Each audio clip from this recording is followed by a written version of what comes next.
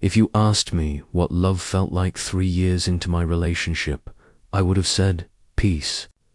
Not diamonds, not fancy vacations, not dramatic gestures. Just peace. To me, love was waking up and knowing there was someone waiting for me in the kitchen with a cup of coffee. Love was coming home after a long day and finding arms already open, ready to hold me. It wasn't perfect, God knows. We argued, slammed doors, even gave each other the silent treatment once in a while. But there was always this unspoken rule: no matter what, we stayed. 2 years in, he proposed.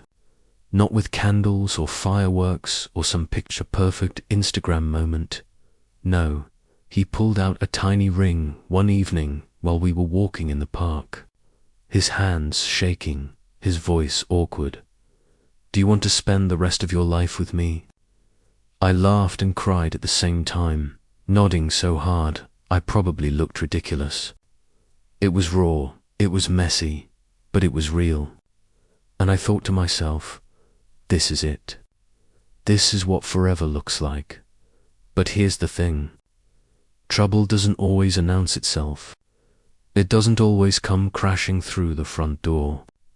Sometimes it sneaks in through the tiniest crack, so small you don't even notice. For me, that crack appeared the moment he started his new job. He was so proud of that job. His face lit up when he got the offer. His voice buzzed when he talked about the team, the projects, the future. And I was proud too. This wasn't just his win, it was ours. I thought, this is the kind of stability that makes building a life together possible. And then came the side character in our story. His boss's wife. At first, she was just a name, mentioned casually in his stories about work. Then I learned more. She was a woman in her 30s, attractive, confident on the surface, but underneath, shattered. Her husband had cheated. And not just once. She was devastated, and apparently she sometimes helped around the workplace to keep herself busy, to feel anchored. I remember thinking, God, that must hurt. Poor woman. I didn't feel threatened. I felt sorry for her. I thought, every woman deserves compassion in that situation. The first time I met her was during a group dinner with his co-workers. And let me tell you, she had this presence. Not flashy, not fake, but striking.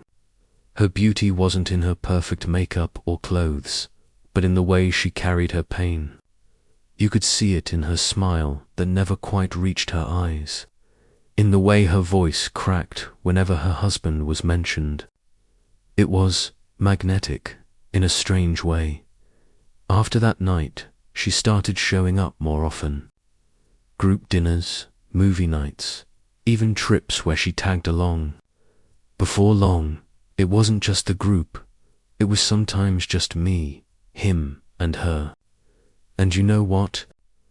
I didn't mind at first. I told myself, she's lonely. She needs friends. She needs support. We can give her that. But what I didn't realize was that by opening that door, I was letting something else in too. Do you believe in gut feelings? That tiny whisper in your chest that says, something isn't right. I do. But back then, I ignored it. I didn't want to be the jealous girlfriend. I didn't want to question a woman who had already been through hell. I convinced myself I was just being paranoid. The first sign was the way she looked at him. Not the obvious kind of look, but quick glances, too fast for anyone else to notice, except I did. I brushed it off. She's just grateful, nothing more. The second sign was the late-night conversations. He'd stay after work, telling me he'd been talking to her, that she needed someone to listen. I wanted to ask, why not me? But I swallowed it down. Because I trusted him. Because I trusted us. Because after 3 years together, I thought our bond was untouchable. Spoiler, it wasn single quotes. One night after another group hangout, we were lying in bed. I turned to him and asked, "Do you ever worry that one day will change? That we won't feel the same way?" He looked right into my eyes, dead serious, and said, "No. The only thing I worry about is you changing your mind. But me, I'll never stop choosing you." And in that moment, I believed him. I believed him with every beat of my heart. What I didn't know was that somewhere, silently, a different kind of promise was starting to grow. Not between him and me, but between him and her. A promise neither of us could see yet. That was the beginning. What seemed like kindness and compassion at first slowly started blurring the lines. And when the lines blur, trust becomes fragile. You know that feeling when everything looks fine on the outside, but deep down something just doesn't sit right. Like a lake that looks calm on the surface, but underneath, the water is starting to churn. That's exactly how it felt when the first red flags started waving in my relationship. And it all began with the phone calls. I'll never forget the first time.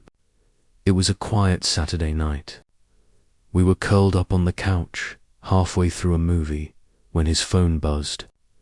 He glanced at the screen, paused, and then picked it up. His voice shifted softer, gentler. Not exactly romantic, but different. It was her. He stepped out onto the balcony to take the call. I stayed behind, eyes glued to the TV but heart pounding. 15 minutes later, he walked back in, shrugged, and said she'd been fighting with her husband again and just needed someone to talk to. I nodded, pretending to understand. Outwardly calm, but inside, a little ripple had started. One call I could let slide, but then it became a pattern. A few nights later, another call, then texts. Sometimes during dinner, sometimes close to midnight. Messages like, "Are you awake?" Or "I just need to vent. Do you have a minute?" And I kept asking myself, why him? Why always him? Why not a girlfriend, a sister, a therapist, literally anyone else? One night, I finally said something. "Do you think it's normal," I asked carefully, "to be talking to her this much, especially late at night?" He sighed, took my hand, and gave me that practiced look that was supposed to reassure me. "She's been through hell. Not everyone gets it. I'm just being a friend, that's all." And I wanted to believe him. God, I wanted to believe him. But my gut twisted, because I've seen this story before. Everything dangerous starts with those two little words, just friends. The group hangouts changed, too. At first, it was dinners with everyone together. Then it shifted just the three of us. Me, him, and her. And eventually, sometimes it was just him and her, if I couldn't make it. Every time, he brushed it off. Oh, I dropped her home. Oh, she needed help fixing something. Oh, I took her to grab a few things. On paper, it sounded harmless. But when you're in my shoes, watching your fiancé slowly become someone else's lifeline, it doesn't feel harmless. It feels like watching your relationship get chipped away piece by piece. And then came the night. I'll never forget. He said he was grabbing drinks with co-workers. Totally normal. But midnight rolled around.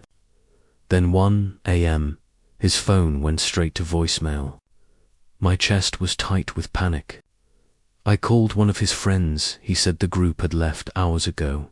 When my fiancé finally walked in, the sun was already rising. He reeked of alcohol. I was ready to explode, but then I noticed something. In his car was a scarf. A woman's scarf. I held it up, my voice shaking. Whose is this? He barely blinked. Oh, it's hers. I gave her a ride home. It was cold. She must have left it, just like that. Casual, simple, dismissive. But the silence that followed was louder than any screaming match. Someone once told me that trust is like glass. Once it cracks, no matter how small, you'll always see the fracture. That night, I felt the first real crack in hours. Still, I stayed quiet. I didn't want to be the jealous fiancé, the crazy one who makes problems where there aren't any. I loved him. I wanted to believe in him. And maybe, deep down, I was terrified of the answer if I pushed too hard. But silence is dangerous. Silence gives space for boundaries to blur. And then, the line blurred in a way I couldn't ignore.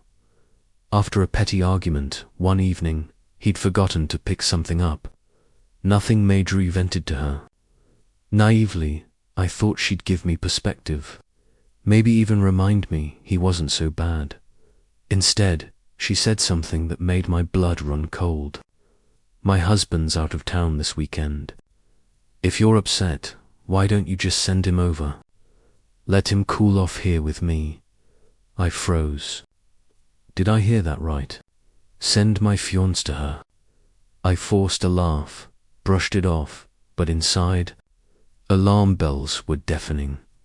That was the moment the ripples on the lake turned into waves. After that, every buzz of his phone, every late night out, every little detail I couldn't explain became a weight pressing down on me. I realized I didn't fully trust him anymore.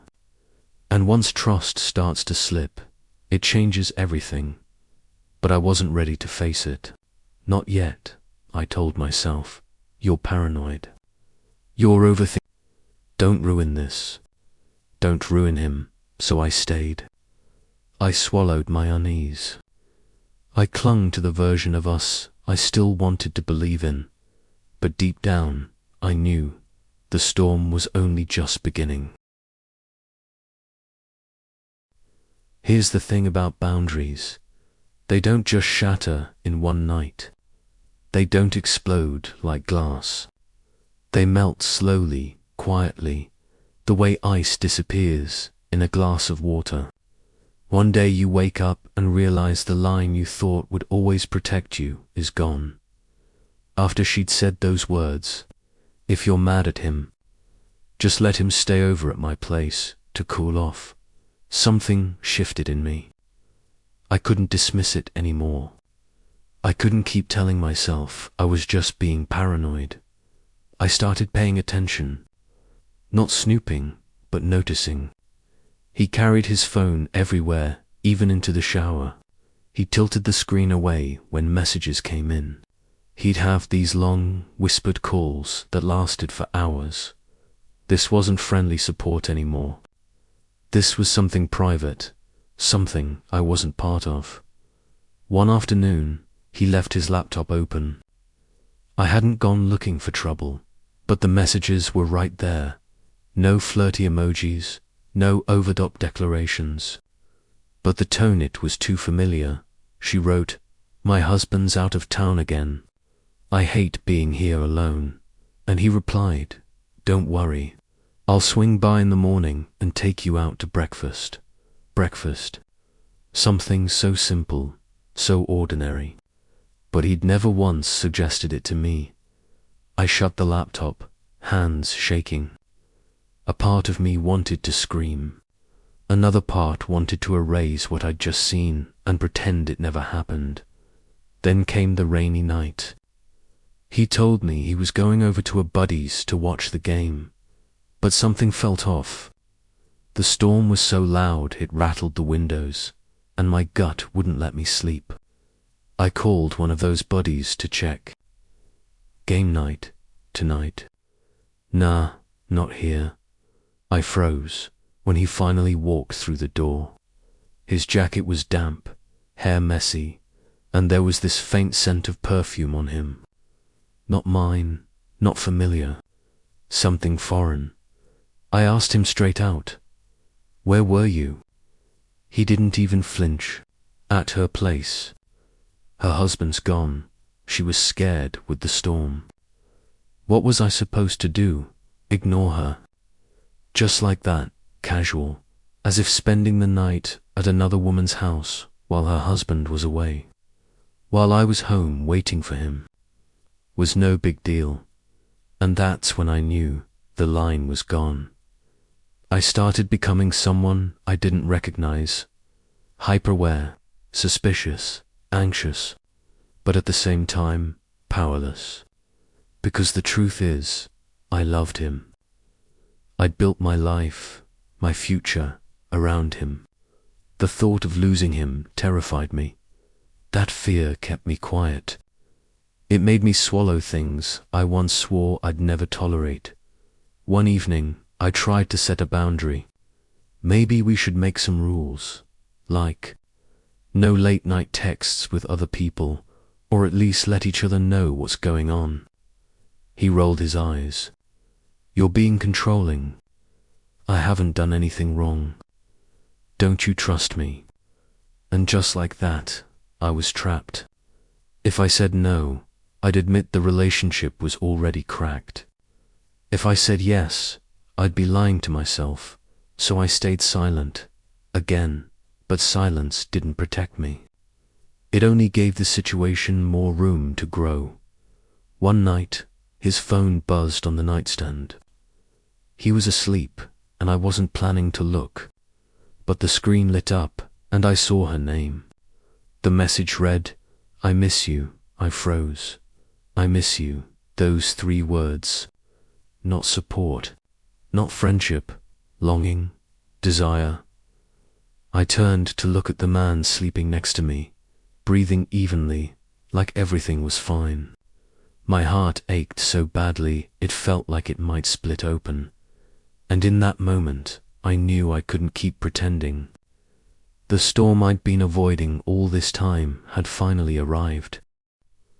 You know how people say that trust isn't broken all at once, shatters slowly, piece by piece, until you're left staring at the fragments, wondering when it all fell apart.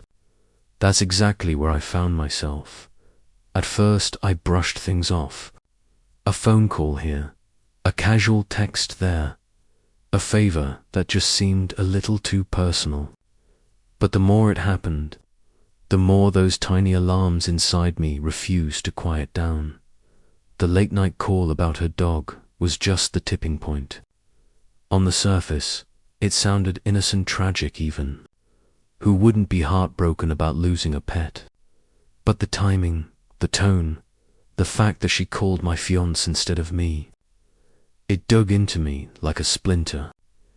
And once it was in, I couldn't ignore it. When I confronted her about it, I thought maybe she'd say I didn't realize how it looked, or at least acknowledge that boundaries had gotten blurry.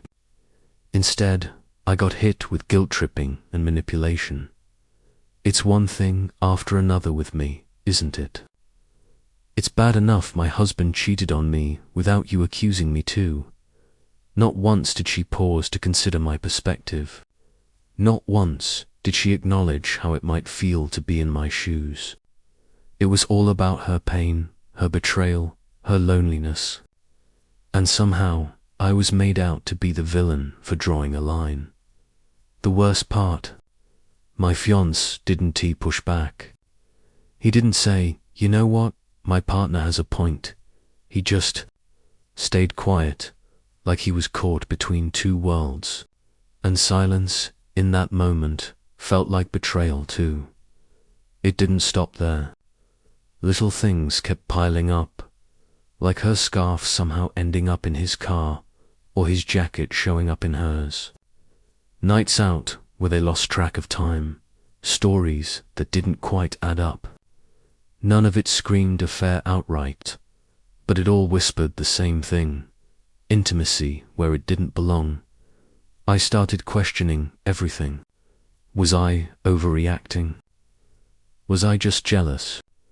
Or was my intuition screaming at me because I already knew the truth deep down. The anxiety crept into every corner of my life.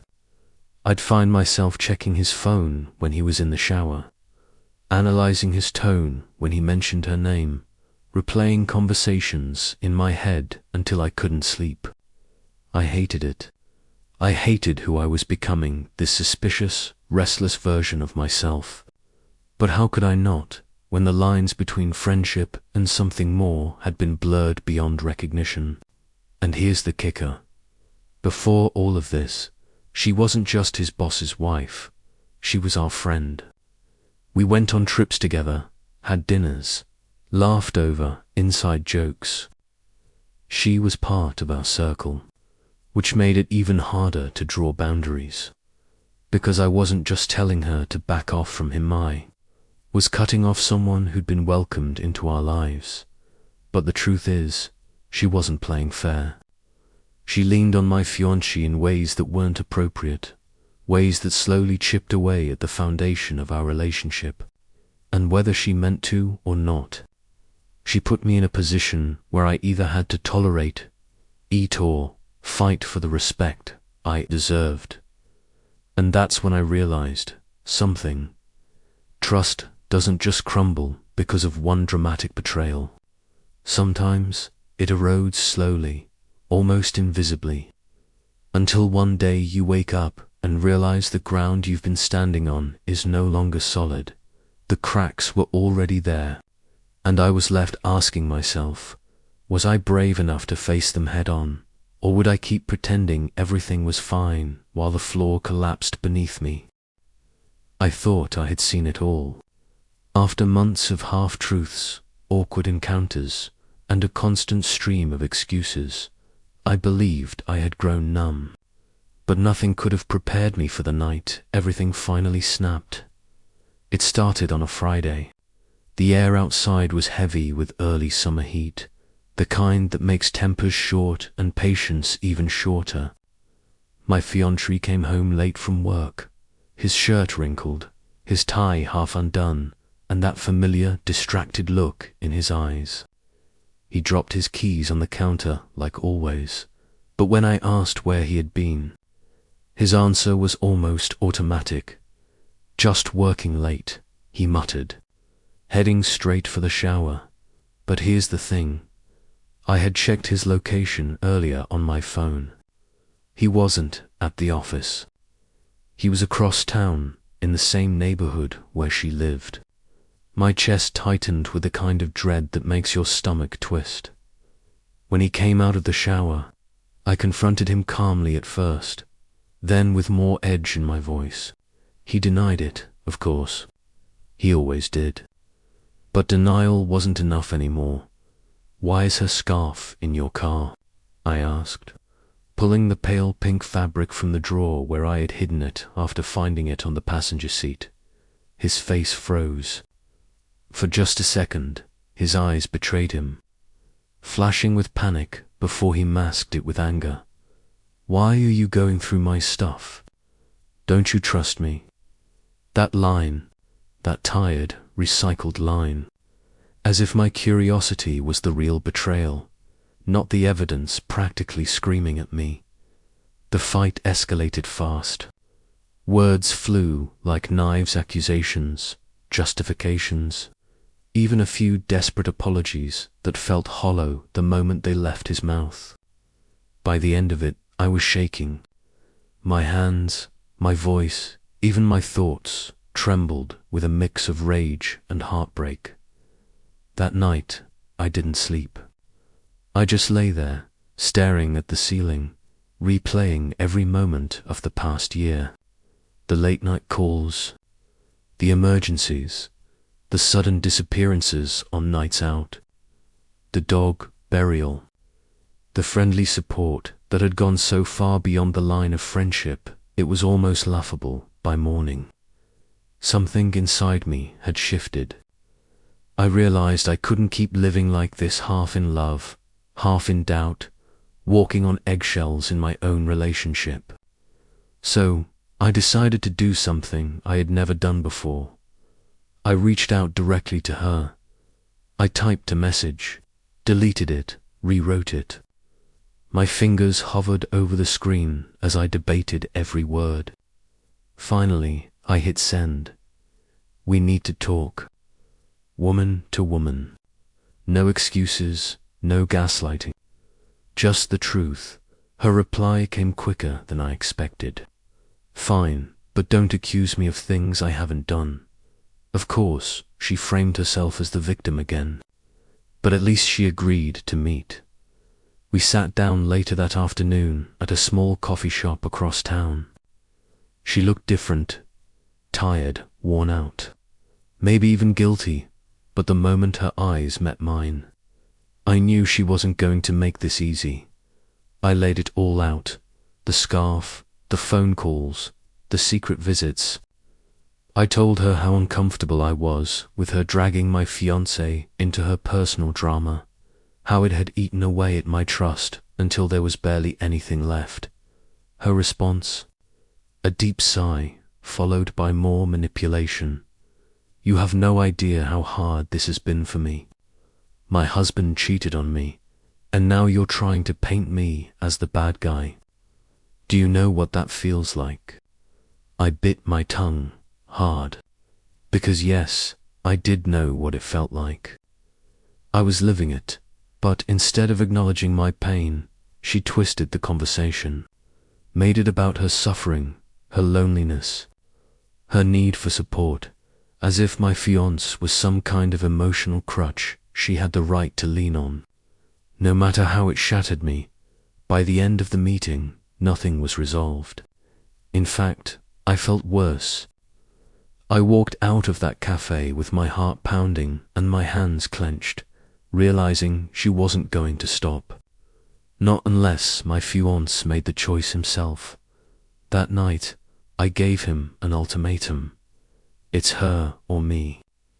I can't keep doing this. I won't keep doing this. You decide.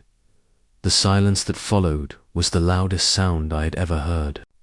His face tightened, his jaw clenched, and for a moment I saw hesitation, like he was actually torn. And that hurt more than anything, because love should never be a decision. You have to think twice about. That was the breaking point.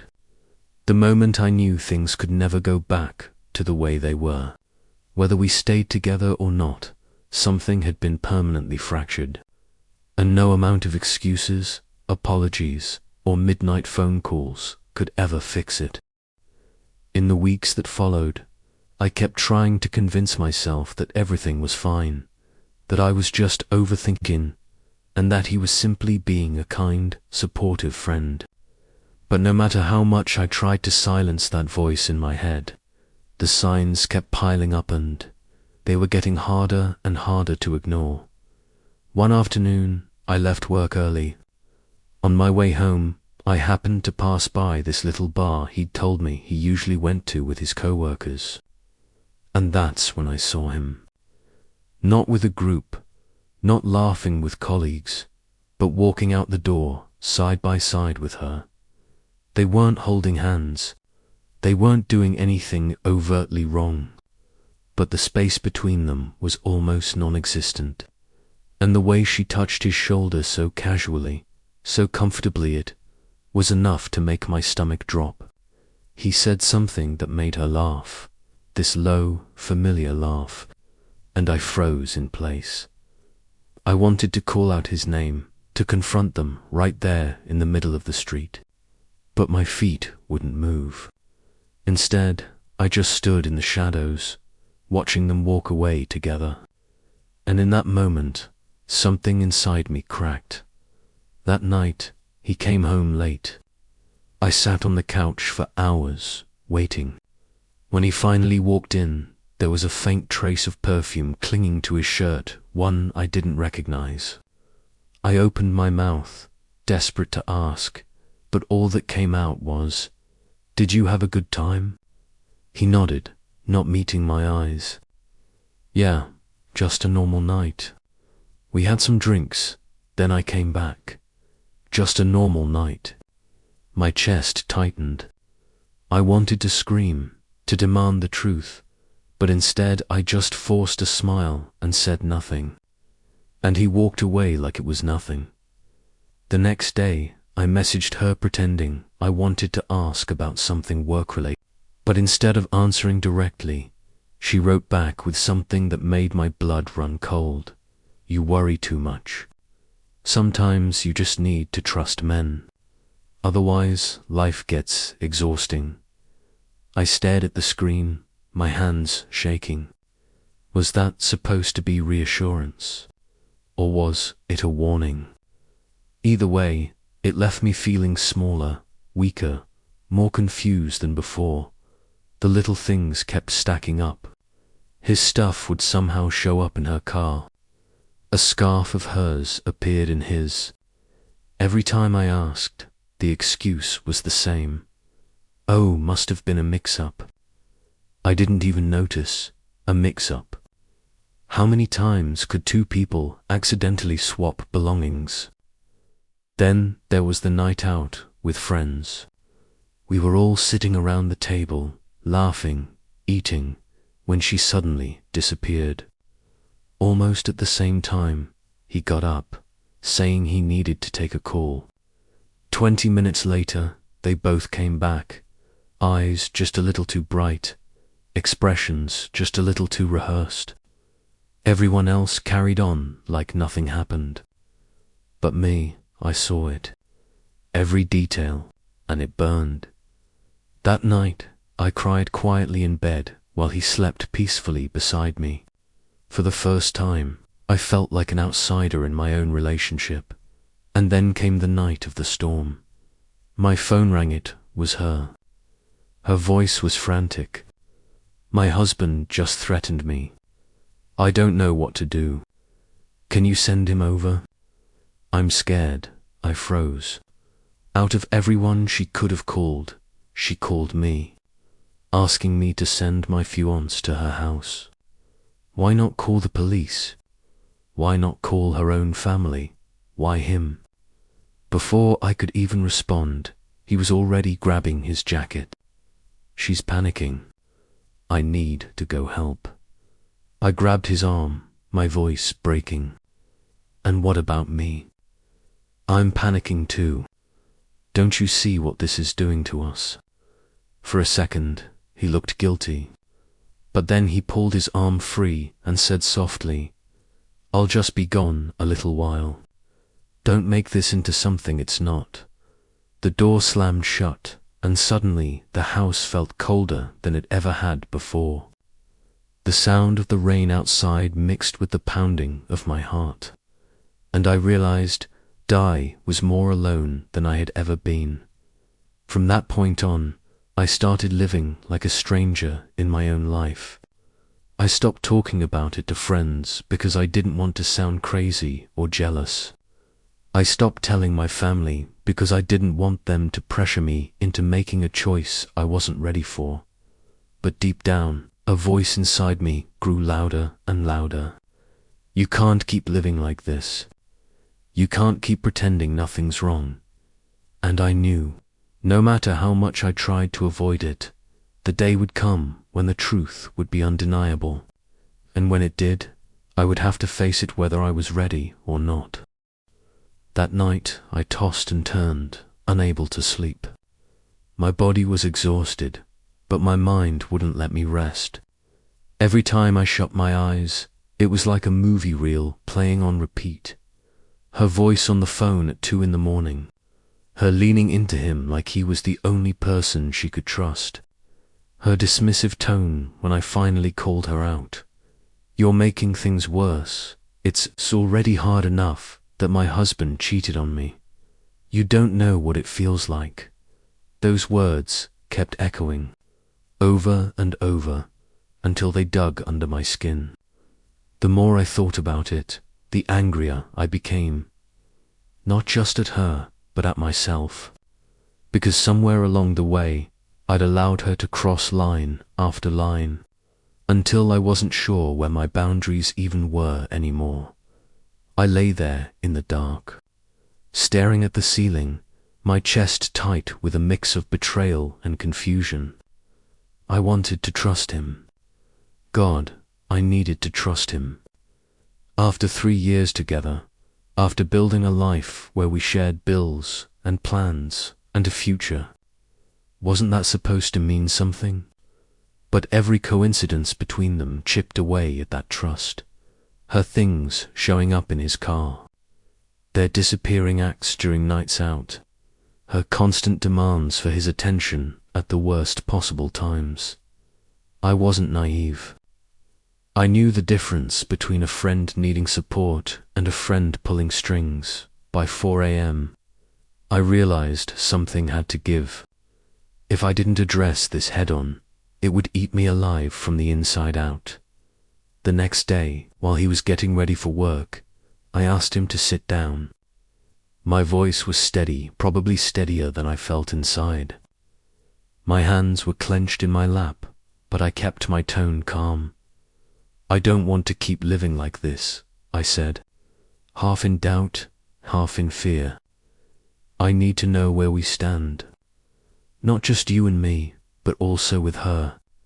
Because right now, it feels like she's standing between us. He froze. For a second, I thought he'd deny it all, brush it off as me being overly sensitive. But instead, he sighed, rubbed his hands over his face, and looked down at the floor. "You're right," he said quietly. "This has gotten out of hand." Relief washed over me, but only for a moment, because acknowledgement was only the first step. The bigger question was, what were we going to do about it? "I don't want to lose you," I admitted, "but I also can't keep feeling like there's a third person in our relationship." He nodded. "Then let's fix it. Let's talk to her. Together." The word "together" hung in the air.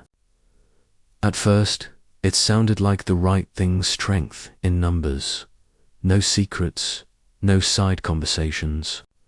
But part of me couldn't ignore the chill that ran through my spine. Talking to her meant inviting her into our relationship one more time.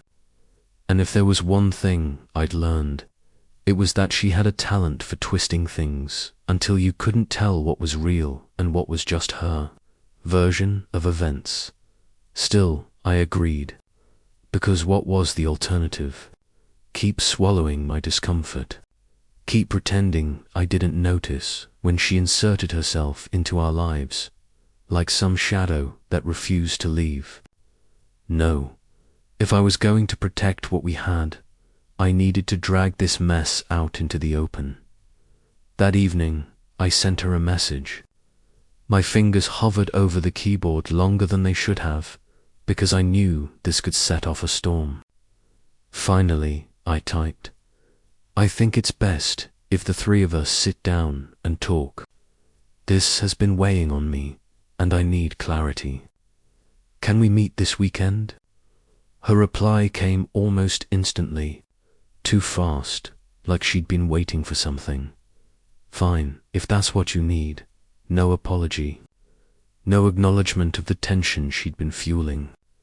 Just annoyance, like I was inconveniencing her. I stared at the screen, my stomach dropping.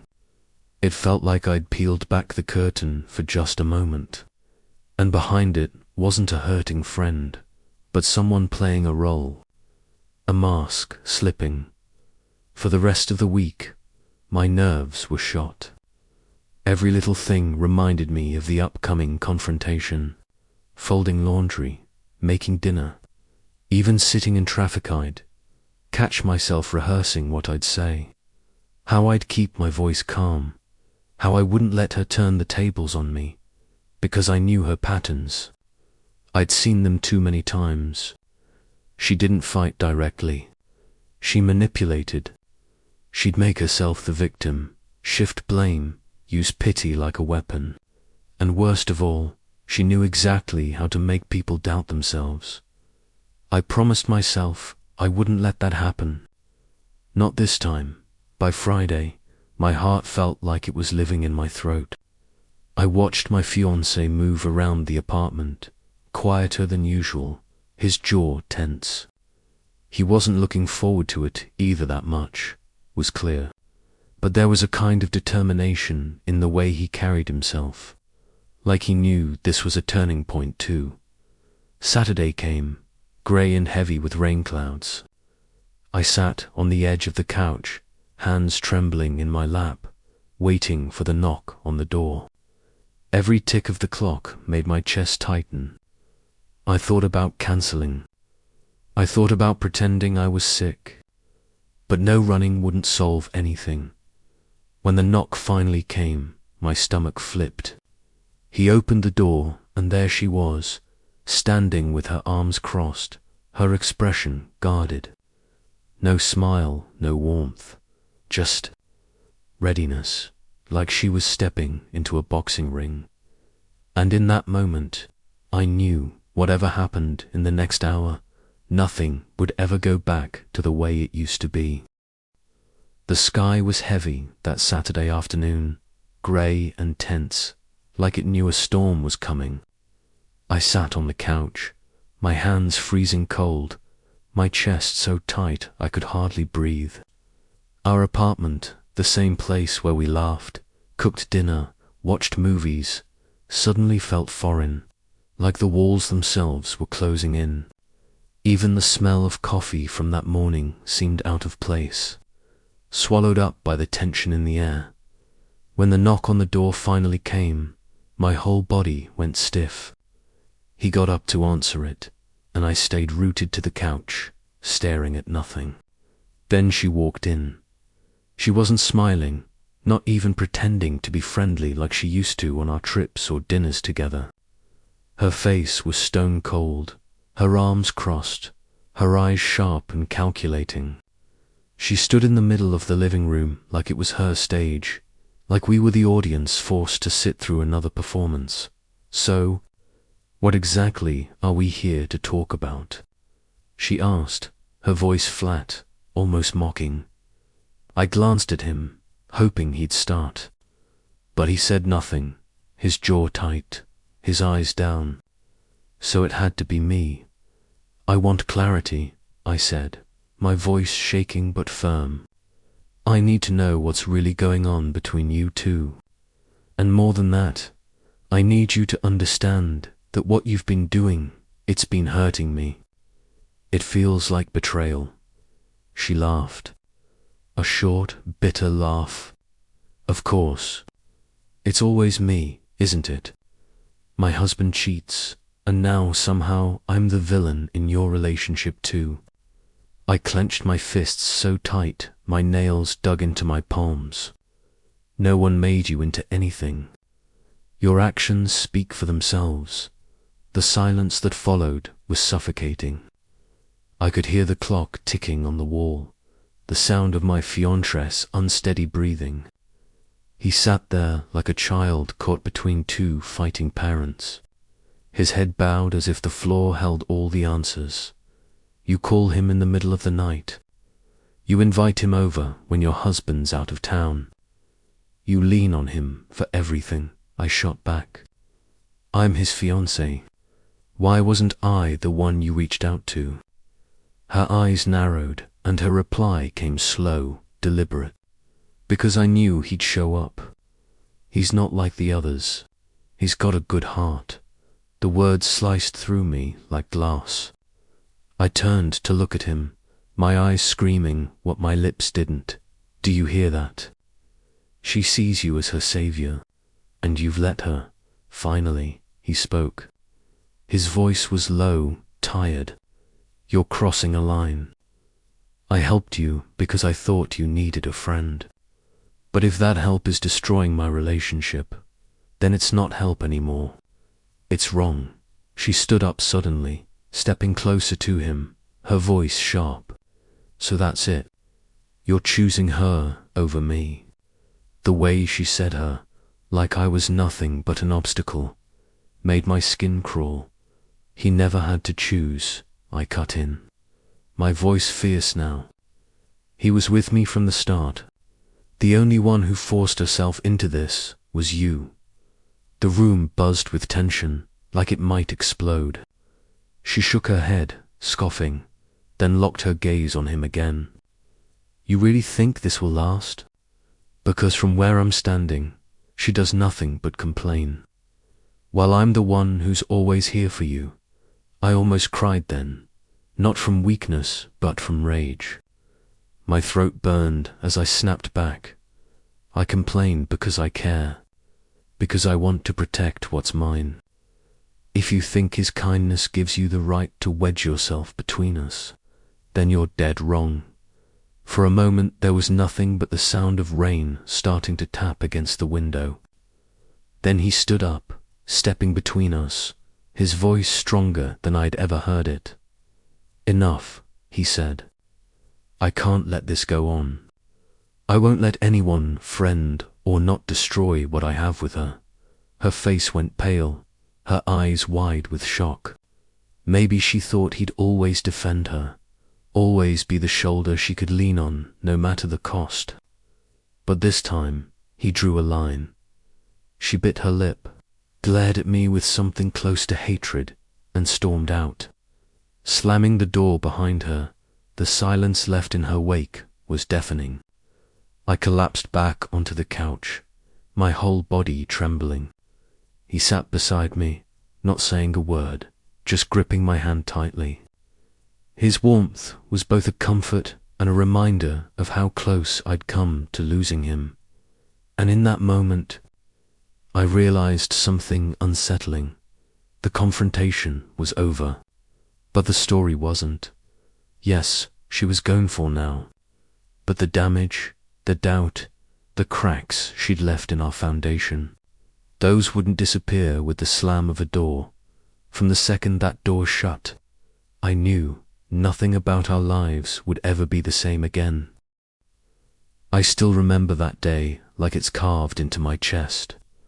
After the tense confrontation the night before, I thought maybe things would finally calm down, that she, the woman who once pretended to be my friend, would back off and respect some boundaries. But no, that was just wishful thinking. The next morning, I woke up to a message that made my stomach sink. It was from a close friend of mine who also worked with my fiancée. The words were short, but they landed like a bomb. You should know.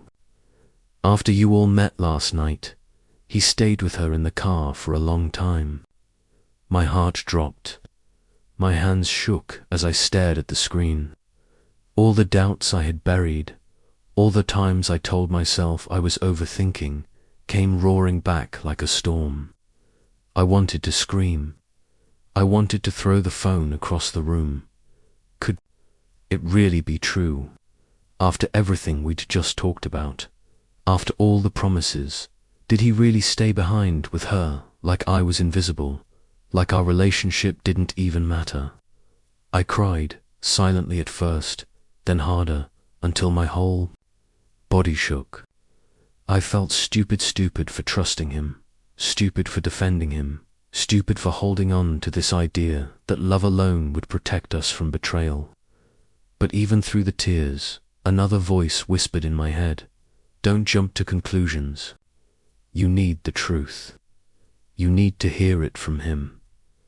That afternoon, when he came home from work, I was waiting. I didn't raise my voice. I didn't slam the door.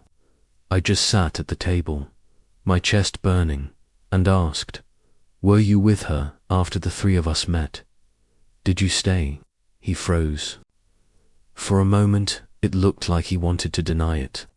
But then, slowly, heavily, he nodded. No excuses, no jokes to diffuse it. Just a quiet nod. And in that moment, my heart shattered. I'd braced myself for arguments, for deflections, maybe even lies. But his silence, his quiet admission, it cut deeper than any excuse ever could.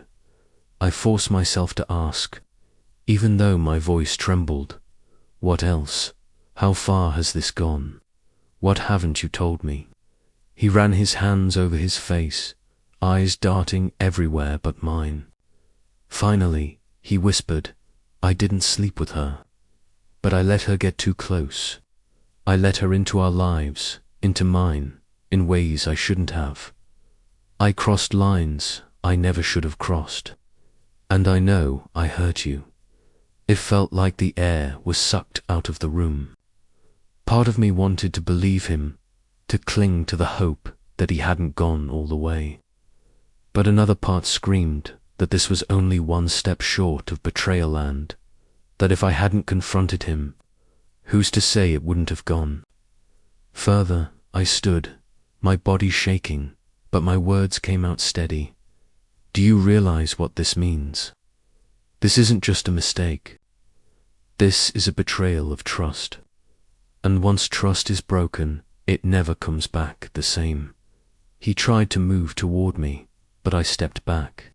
For the first time, I felt the distance between us not measured in feet, but in trust, in love, in everything we'd built that was now crumbling. The days that followed were torture. We lived like shadows, moving around each other in the same space, but never truly together. Meals were silent. Nights were sleepless. Every glance carried weight, and every silence screamed louder than words. I couldn't keep living in limbo. I had given 3 years to this relationship, and I had to ask myself, was I willing to give 3 more? 10 more? A lifetime built on doubt and broken promises. And then there was her, always her, lingering like a ghost in the background. Her texts, her presence at work, her little hints and smug looks. She didn't even need to touch him to haunt us. Sometimes, being the other woman isn't about the act itself, it's about inserting yourself just enough to poison what was once pure. One night, I sat alone in the living room, staring at the walls we once filled with laughter. I thought about the first time we met, how simple and full of hope it all seemed back then. We believed our love could survive anything, but the truth stared me in the face. Love can only survive when trust holds it up, and without trust, love rots. I knew, deep down, the choice was mine to make.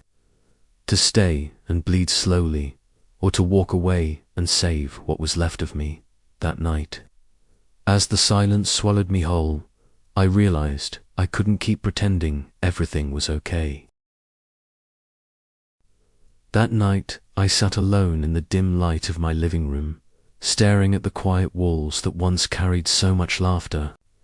The soft glow of the lamp spilled across the floor, but it couldn't reach the heaviness that had settled into my bones. For the first time, I allowed myself to feel the full weight of the betrayal. The fear, the sense that the world I had built with him had quietly, cruelly slipped through my fingers. I had traveled a long, painful road. I had gone from a woman brimming with trust and hope to someone sitting here, wounded and weary, carrying scars that no one could see. Love was supposed to be a safe place, a home for my heart. But somewhere along the way, it became the instrument of my undoing. I thought back to the early days, how simple and effortless everything had felt.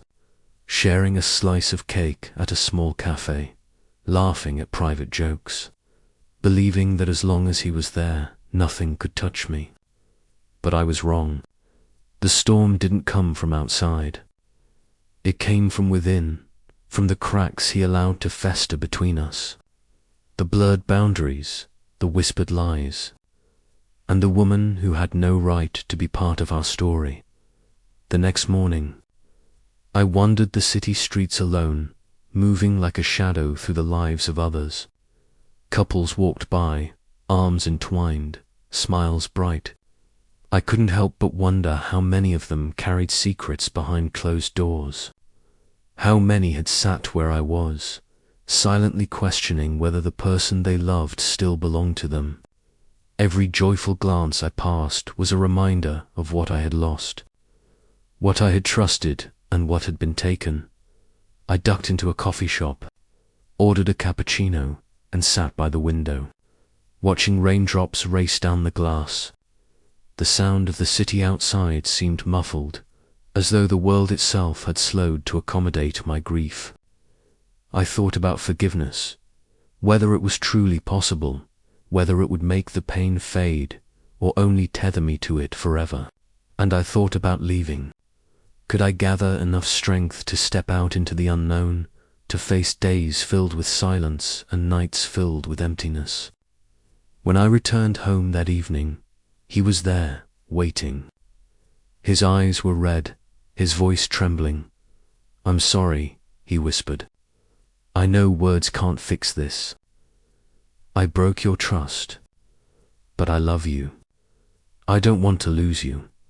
I stared at him for what felt like hours, searching for something: honesty, regret, a spark of the man I had once believed in. But all I found was the crushing weight of broken promises. Every stolen moment, every secret text, every compromise I had made to keep peace, it all pressed down on me. So I spoke the words I knew would hurt him. "Love isn't enough without trust. You let her into our story. You made me feel like an outsider in my own life. I can't keep sacrificing myself to hold together something that's already falling apart." He sank into a chair, covering his face with his hands, and the sound of his ragged breathing filled the room. And for the first time, I didn't run to comfort him. I realized I was no longer responsible for holding us both together. I had given all I could, and it hadn't been enough, not because of me, but because of him. That night, I packed a small suitcase, just the essentials, the things I needed to survive and to remind myself of who I was before this heartbreak took over. I didn't know where I would go or how long it would take to feel whole again. I only knew I had to leave before I completely lost myself. Standing at the door, I turned back one last time. That home had once been filled with warmth and laughter. Now it felt like a hollow shell, echoing with what could have been.